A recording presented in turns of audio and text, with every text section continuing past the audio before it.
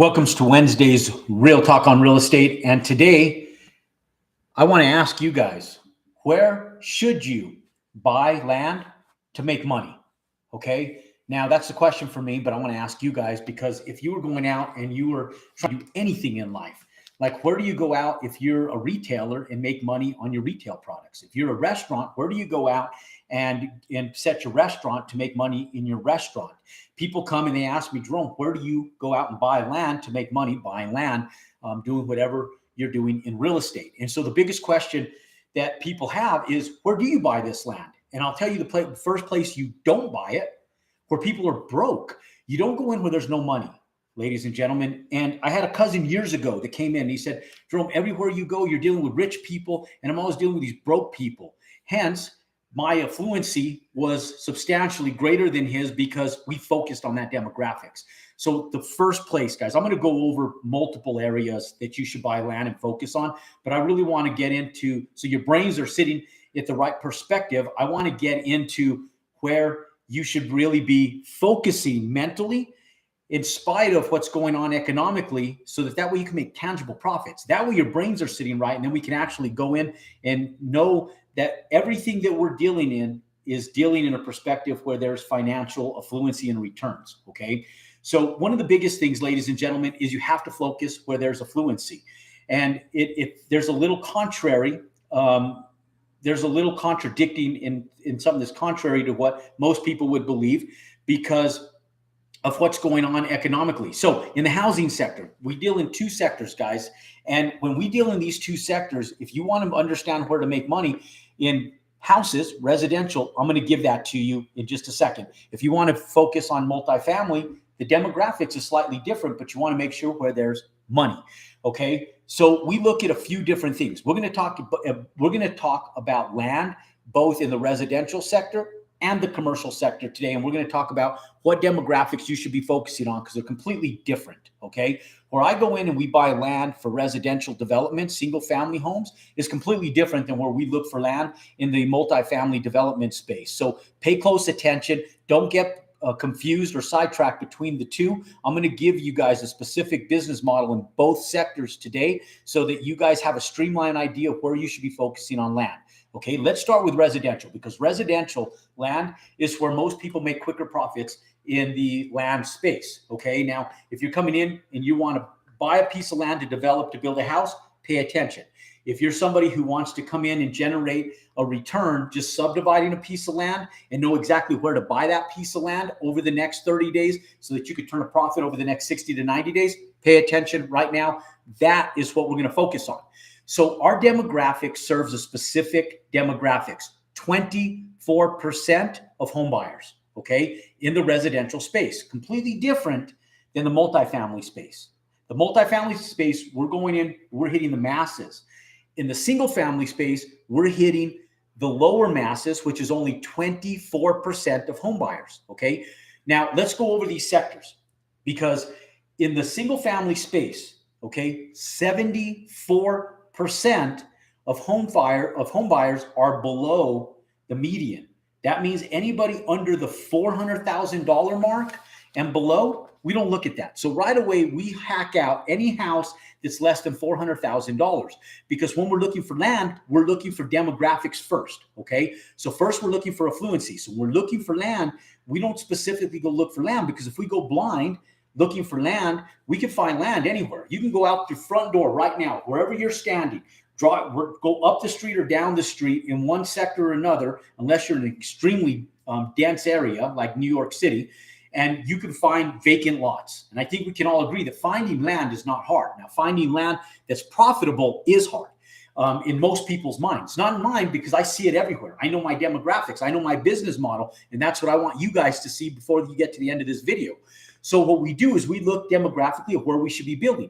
I know that empty nesters and the upper middle class, which constitutes for 24% of our home buyers, that's our target audience. That's our target market. The other 74% of people, we're not even paying attention to that in the single family market. So 400,000 less, we don't even look for land in areas where people are buying homes under $400,000. Now, some of you guys are saying, well, how about the other 2%? Those are the wealthy. Those are the ultra wealthy. Those people are going to go wherever the hell they damn want and please, right? Which is typically they're following mass affluency. We're not focusing on that 2% either. So what we focus on is we're focusing on the upper middle class, which constitutes for 24% of our home buyers. That's where you make money in land, ladies and gentlemen, for the single family home market. So that's what you want to focus on homes that are selling in excess of $400,000. And really right now, I like focusing on houses over $500,000. That's where it starts becoming what I call the sweet spot. That's where the tangibility of financial return really sits. So what you guys want to do is go into areas we look for demographically on Zillow or on realtor.com, where houses are selling for in excess of $500,000, but still less than $1 million. Now, when we find this demographics and we find this we know that we're dealing with the upper middle class, people that are making in excess of $100,000 a year. Now, most of them making even more than that. So when we look at this demographics, the average median income now, ladies and gentlemen, is right around $90,000 a year. And so when you think of the masses, I know when I was graduating high school over 30 years ago, that the average median income was less than $28,000. Now it's $90,000. Things have changed in the last 30 years. And so we don't want to focus on that. We focus on the upper middle class, people that are empty nesters, retirees, people that have worked a professional career for over the last 20, 30 years. They have some financial affluency. And these are the people we want to look for land around, because when these people are looking for land, we can find a parcel that is less than $200,000, typically right now between $65,000 and $150,000 is a sweet spot. Now, when we're looking for land, we're not looking for just single lots. We're looking for parcels. Now, parcels are like single lots, but a parcel is what you can build one house on. One parcel, one house. And the reason is because when we go in, we can make money on that land if it's a single parcel. And if it's larger, we want to look for parcels that are in excess of 1 acre. So parcels, single parcels that are 1 acre to 5 acres is typically about where I would get started to be able to make the best financial return. Okay, don't look at acreage over 5 acres right now, unless you're in an area where you're subdividing maybe 6 acre lots in 1/2 to 3 acre parcels. Because most semi-rural areas where you can make your largest profits sit between 1 acre and 5 acres, where you could subdivide them, meaning that you could subdivide a 1 acre lot in half to get a 1/2 acre parcel. You get 2 of them out of 1 acre. You can go in and maybe get 4 acres, divide it in half and get 2 parcels, two 2 acre parcels. Get a 2 acre lot, divide it in half and get 2 1 acre parcels. Or buy like a 4 acre lot and even get 8 parcels out of it. Now, once you start getting into parcels in excess of 6, most municipalities start becoming more complicated. So I always tell people, try to keep your parcel subdivides less than 6 parcels. Because if you keep them less than 6 parcels, it's simple. You don't have to worry about roadways, infrastructure, and all the complications that massive subdivides have. So to keep this extremely profitable, where you can actually make money quicker, go in and get single parcels where you're actually subdividing in less than 6 parcels. And anytime you get 6 parcels or more, it becomes more complicated. Okay. Now, when you go in 4 parcels or less, it's still considered residential development. Once you get over 4 parcels, it becomes commercial development. But anything over 6 parcels in most municipalities, there's a lot of engineering involved in infrastructure for grading, drainage, roadways, utilities, the whole 9 yards. And so your costs go, your cost basis goes up substantially. Now, for most of you guys, if you guys were like me when I was getting started, I was broke. So for you guys, I know the mass majority of people that are sitting here, they're not sitting back and they're not watching my stuff because they're doing backflips because they're worth millions of dollars. They're sitting back going, Jerome, I need something palatable that's cost effective for me to get into. And I know that about our audience. So I know that the mass majority of people that are watching our content right now are either people that don't have any affluency, or they have affluency, but they want more. They want a bigger reach of affluency. And so if you want a bigger reach of affluency, don't make this complicated. Let's keep this simple. Let's keep this lower level, and let's go in and buy single parcels that we can parcel out at less than 6 parcels. So 5 parcels or less. So we don't have the infrastructure expenses that you would bear if you get over 6 parcels in most municipalities. Okay, so when we go out, we go into these areas that support the upper middle class of the 24% of home buyers. Okay, that's one, we know that. Now we also go in and look for parcels that we can subdivide that fit the building requirements in that area. We may need wells, we may need septic tanks. We have to take a look at what the end user in their expenses are going to be. Otherwise, if we don't, we may not be able to sell it, right? So we know that the end user on each parcel is going to need water. They're going to need sewer. So can we do a septic tank? Septic tanks are the expense of the builder, not yours. Not yours buying the land. It's the expense of the builders. They expense it. Me as a builder, when I go build a house, I expect to put a septic tank in. I expect to put sometimes a well. Now, if there's public water, municipal water, even better, because then it's less expensive. Okay. Now, if I see overhead lines with electricity, I know there's electrical there. If I see electrical transformers, I know there's electrical there. I don't have to bear those expenses. So the most profitable land, ladies and gentlemen, that you'll find in the residential sector is ones that already have infrastructure improvements. They're infill lots that are bigger than are bigger than the typical in that area, that can be parceled out and profits can be made quick. Now, okay. The areas you go into are areas that need residential land. Okay. So not just areas that have a lot of money, but areas that have the need for density improvements. Okay, that's the next area that you'll go into. So we confirm that money's there. We confirm that the demographics and the resale comps of homes support what we want. Okay, we got that check marked off. The second thing you're check marking off is there a need? Are there people moving in demographically to this area? When I go in and I look at statistics, okay, this stuff can be Googled. You can sit back and go, what is the growth of Provo, Utah?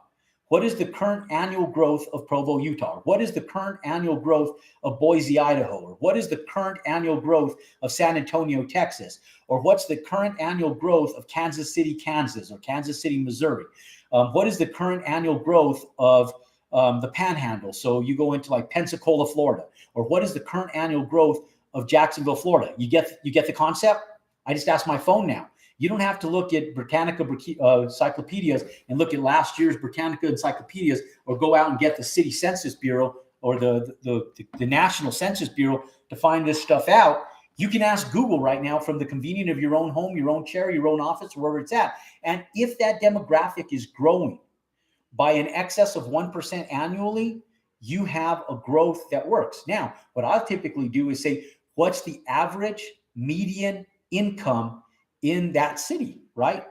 Now, if you know if the median income fits the national median income, and you're also in a demographically growing area, one of the things that you can work on assumption, slight assumption, you don't want to work on a lot of assumptions, is that if it hits the national median income, that if you're at least the national median income in that city, that there's going to be that upper 24% of upper affluency. Okay. Now, I don't go into areas with high crime. Like I'm in Albuquerque. I live closer to Santa Fe. Now you get into Santa Fe, the demographic market between Santa Fe and Albuquerque is extremely different. Okay. Now, extremely, extremely different. So there's little subsectors, like Intel is in Rio Rancho. So I go there. Now, if I go to Phoenix, I go to Chandler, because Chandler, there's Intel there as well. Now I go up to like North Scottsdale area, like Cave Creek, there's more affluency. That's where retirees, they don't want to be in the city. They want to be outside of the city. You go into Salt Lake City, housing's expensive. But if you go like to Provo or just outside to like Sandy, Utah, the demographic changed, because now that's where the more affluent move, because they don't want to be in the city.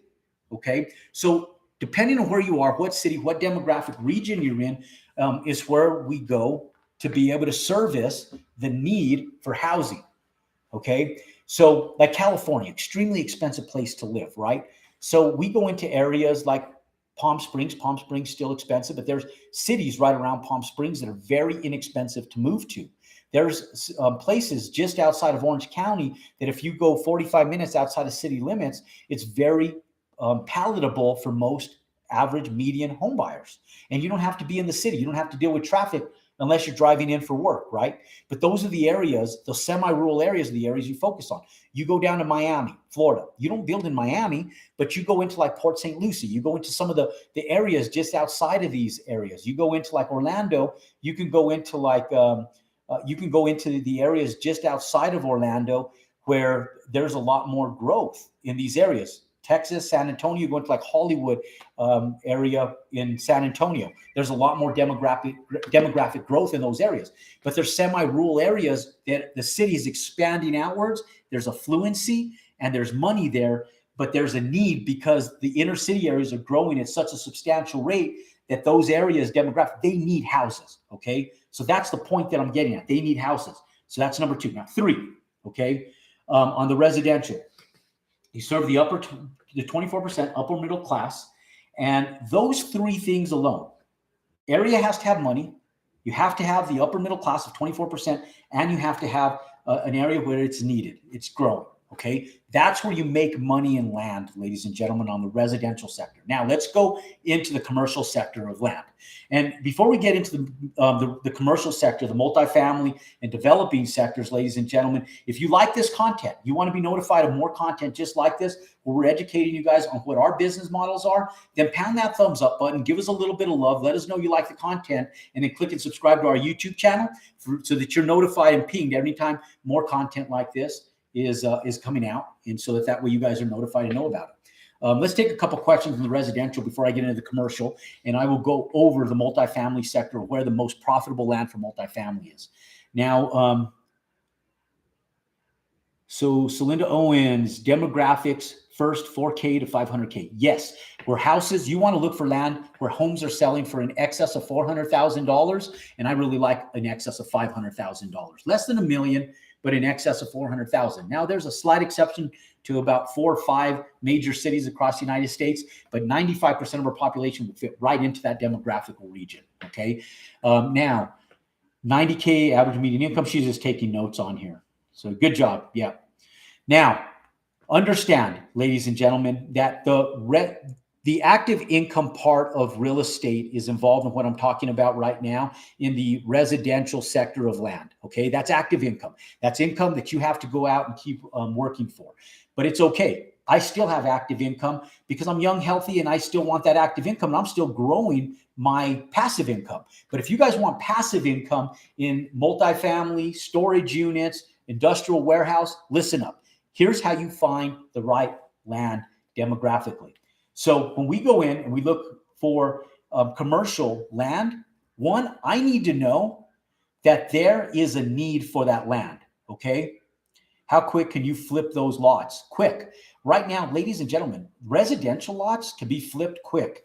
In the areas that we work, I don't ever buy land unless I know that there's a lack of lots, and you'll know by the realtors that work in that area.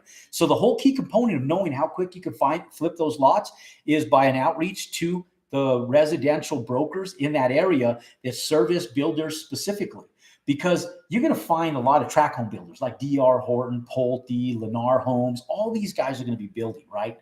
And they may have inventory, but like I don't want to buy one of those homes. I fit into that demographic. I fit into the wealthy demographic, but I live in a $2.5 million home. But let me tell you, it's probably worth more now.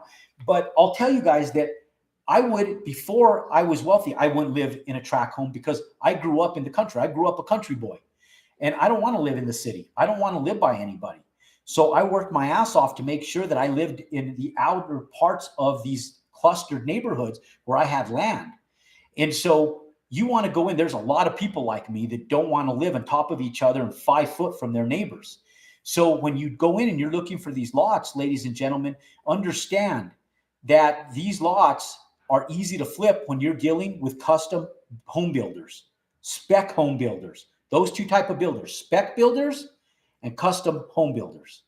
Okay. Now you talk to those realtors and there's always a need for lots. Like where we're building at right now, there's not enough lots. There's more of a need for housing than there is available lots.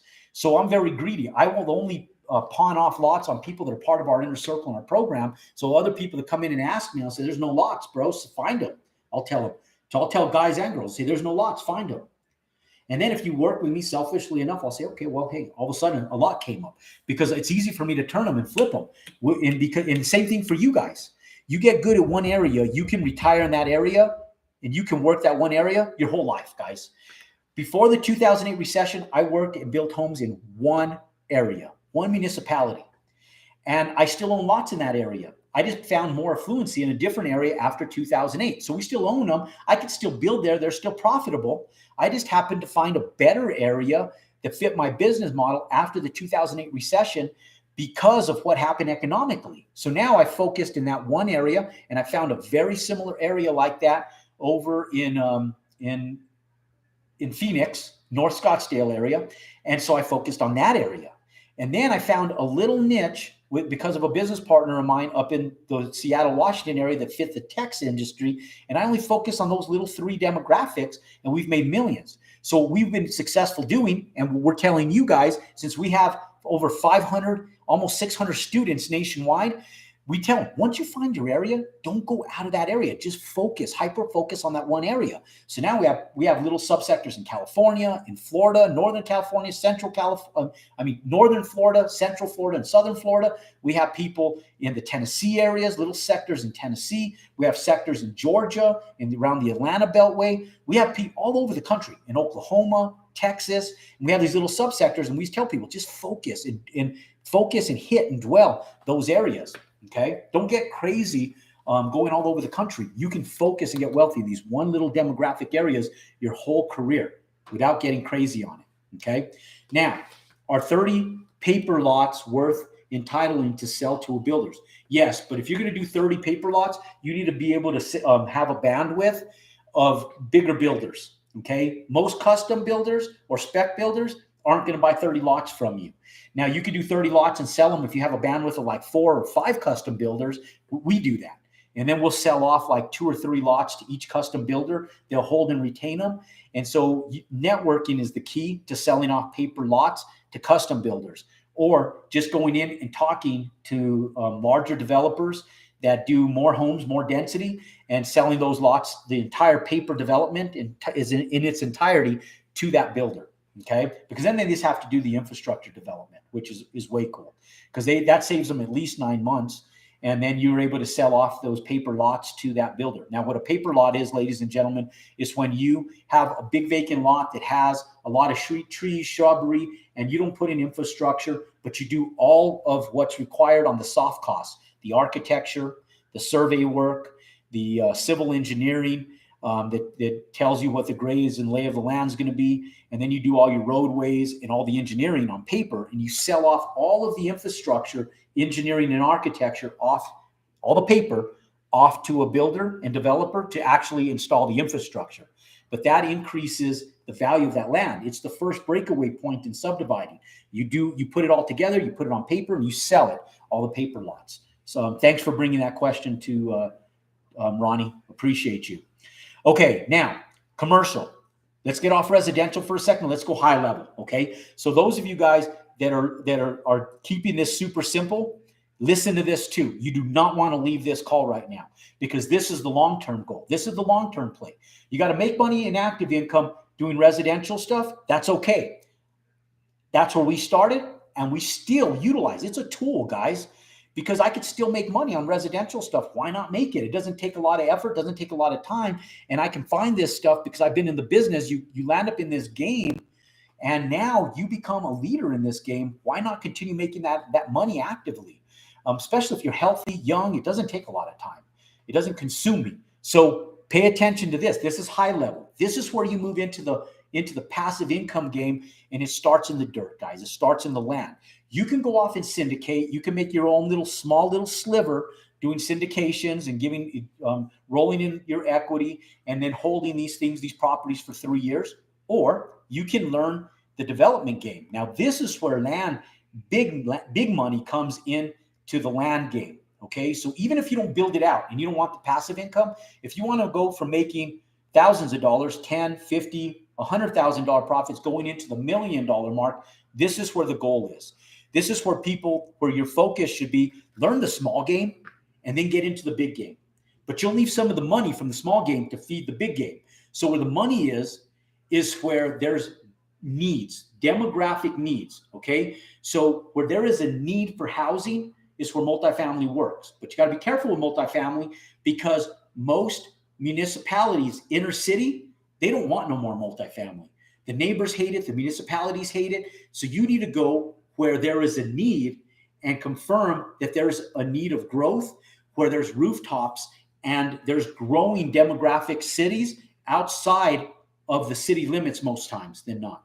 Or there's redevelopment in inner cities. So when we first started doing this, we did the first one over by like the Tacoma area to confirm the demographics. These were redevelopment areas. We're doing this in Phoenix right now, in the city of Phoenix, but they're redevelopment areas. So there's a lot of homeless people, but the city is growing. The affluency is pushing in that direction. There's a need there. We're pushing out the homeless people. We're pushing out the drugs. We're pushing out all the riffraff, and we're building in these inner city areas. And so what makes these viable is that, one, there's a need, and two, we're able to get tax incentives, tax abatements, tax incentives, rebates, bonds, different stuff from the city or the state, or on a federal level if you're in an opportunity zone, that we're able to benefit from. Okay, so we look for all three of those things. Okay, we look for all three of those things, but we're looking for incentives to build inner city. Okay, now we will get to parts of some inner city areas that are still years off from pushing this stuff out. So we're looking at the beltway, the cusp between good and bad. So if you go on one side of the freeway, it's good, right? It's already been pushed out. But then you go to the other side of the interstate, and what happens? Garbage. But we're close enough to this cusp that we can use the comps from the good side, and we start pushing it. We continue pushing this stuff outwards. So if the west side of your city is that bad side, then just keep pushing west. It'll just continue pushing the riffraff out further west, and you just build on that cusp. If it's the south end, then on one side of one highway, it's great, and then the other side of the highway, it's bad.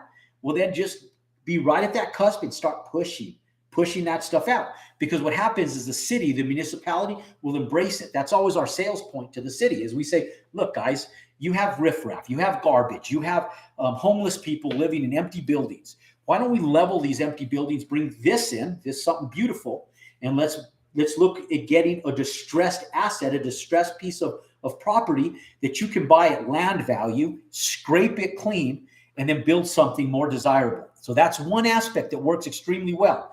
And a lot of old bowling alleys, a lot of old car washes are great areas.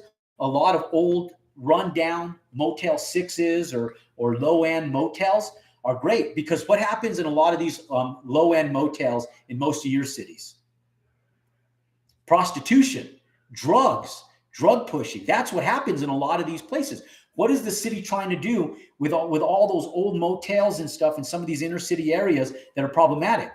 They're trying to get rid of the drugs. They're trying to get rid of the prostitution. They're trying to get rid of the riffraff. So they're okay with you coming in and scraping this stuff and then putting in new affluency, new gas stations, new convenience stores, around with new eateries, new restaurants, new Chick-fil-A's, new Subways, new Starbucks on the corners, right? They want this stuff. And then you build a nice multifamily apartment complex behind it that's affordable, not low income, but affordable. Municipalities embrace it. You get to take advantage of all of the upside and benefits of the tax abatements, the tax deferred taxes, all of that good stuff. Okay, that's what you're looking for. Okay, now that's inner city. Now, I like inner city better. I like the redevelopment, because the way I feel about inner city is there's already people there. There's already a need there. That's where people are, because they work there, they live there, they eat there, they shop there, they entertain themselves there. That's where they're at. But there's also a need on the outer cusps, right? So what I always tell people is be the small fish in a big pond. Don't try to be the big dog. Don't try to be the big badass. That's where you get in trouble. That's where all the big developers that think they're big developers, that are not big developers, go in and they get caught with their pants down, because they can't make it work. Guys, there's a gap time. There's a gap time. And so, like, I'll use Dallas, Texas, for example. I've been trying to get bullish on Dallas for a long time now. And it's taken us a long time. It's taken us over a year to penetrate this market. So we were going in just north of Frisco, right? Frisco 15 years ago was exactly like Salina, Texas. And so you go north out of Frisco, and there's a ton of farmland there. You see the big longhorn bulls out there, and the cattle, the Texas Longhorns, they're real and they're beautiful. And it's just grasslands and longhorns for day. If you're a country person, man, that's a place to drive because it's just gorgeous. And my heart sits there. But here's the problem. The land prices have gotten so expensive. They call this the Golden Beltway. One side of the street is Jerry Jones. The other side of the street is Berkshire Hathaway, okay, buying up all the land. And then you get Donald Trump in here with a little bit of sectors as well. And so now you're going and competing with the big dogs, and you're trying to make things work. And these big dogs are going, screw you. I know this land's worth a lot of money at some point in time. But now you build it, you have to fill it, and it still ain't there yet. You're still maybe 2 years, 4 years, 5 years away from really the need being there. It's going to be there. But then if the market tanks, and now you're giving move-in contingencies to people, and you're giving move-in consignments to people, now what happens is you end up with empty buildings. Now, they might not be completely empty, but they don't underwrite. They're not affording themselves. Now you end up losing your real estate. So you got to be careful. So what we do is I say, don't be a big dog in a big pond. Be a small puppy. Be a small fish in a big pond. Okay? So what you do is you follow the big developers. Okay? So let's say like D.R. Horton, Lennar Homes, all these big guys are scraping land, putting in infrastructure, dumping in sewers and water and all this other good stuff. Let's say that all these guys are dumping all this money into infrastructure. And now all of a sudden you see this one little small sector of land. And you're like, damn, that one sector right there might be my golden piece, right? And so now you just go in and carve off this one little piece, and you go do your little 100 unit deal. You go and do your little 50 unit deal. And this is how we got into the 100 unit place of building and developing, is we'd go in and we just carve off a little 5 acre lot. And then we would work the municipality, and we'd say, hey, we're going to do this affordable housing. These guys are doing these massive, expensive housing models with swimming pools and clubhouses and $2,500 a month rents. And, people can't afford that shit. So we go in and we carve off our little 5 acre. We build a nice little 3-story urban or garden style apartment complex, no amenities, but it looks like Class A. We're a small minnow in a big giant pond of Costco and Home Depot and Lowe's and Lennar Homes and all Toll Brothers and all these big ass contractors, right? They're all around us. But we're just this small guy, right? And we just go in and carve off this one little piece of land that we find, and we go work the city, and we go talk to them and work with them. We talk to them about this affordable housing model, and we share our dream about affordable housing with them. And we take off our one little tiny, little incy-bincy 100-unit apartment complex that's worth $30 million.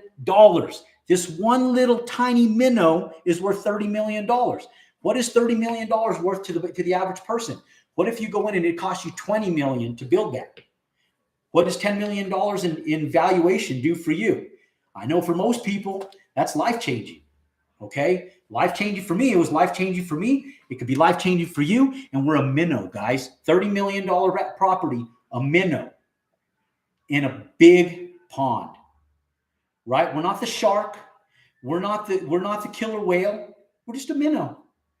And you look outside, you're like, 100 million, 50 million, $1 billion Amazon warehouse, boom, boom, boom. They're everywhere. We're a minnow. Our 30, 20, $50 million properties, a minnow, massing fortunes. So ladies and gentlemen, that's where you find the land. That's how you do it. That is the golden ticket to developing commercial real estate.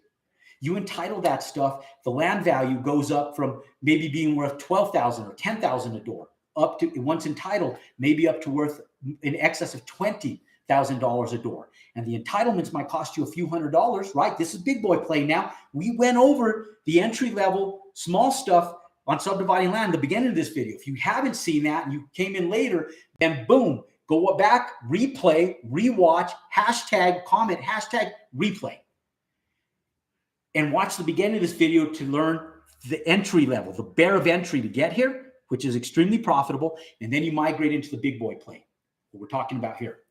Ladies and gentlemen, thank you guys, like always, for joining us on our Wednesdays, Real Talk on Real Estate. You guys go out there, continue compounding your success, crushing it and making it and going out there and making a big difference in what we're doing and buying land, building houses, building apartment complexes, subdivide some land, make some profits for you, your family, your kids, and keep crushing it. God bless you guys. We'll see you next week.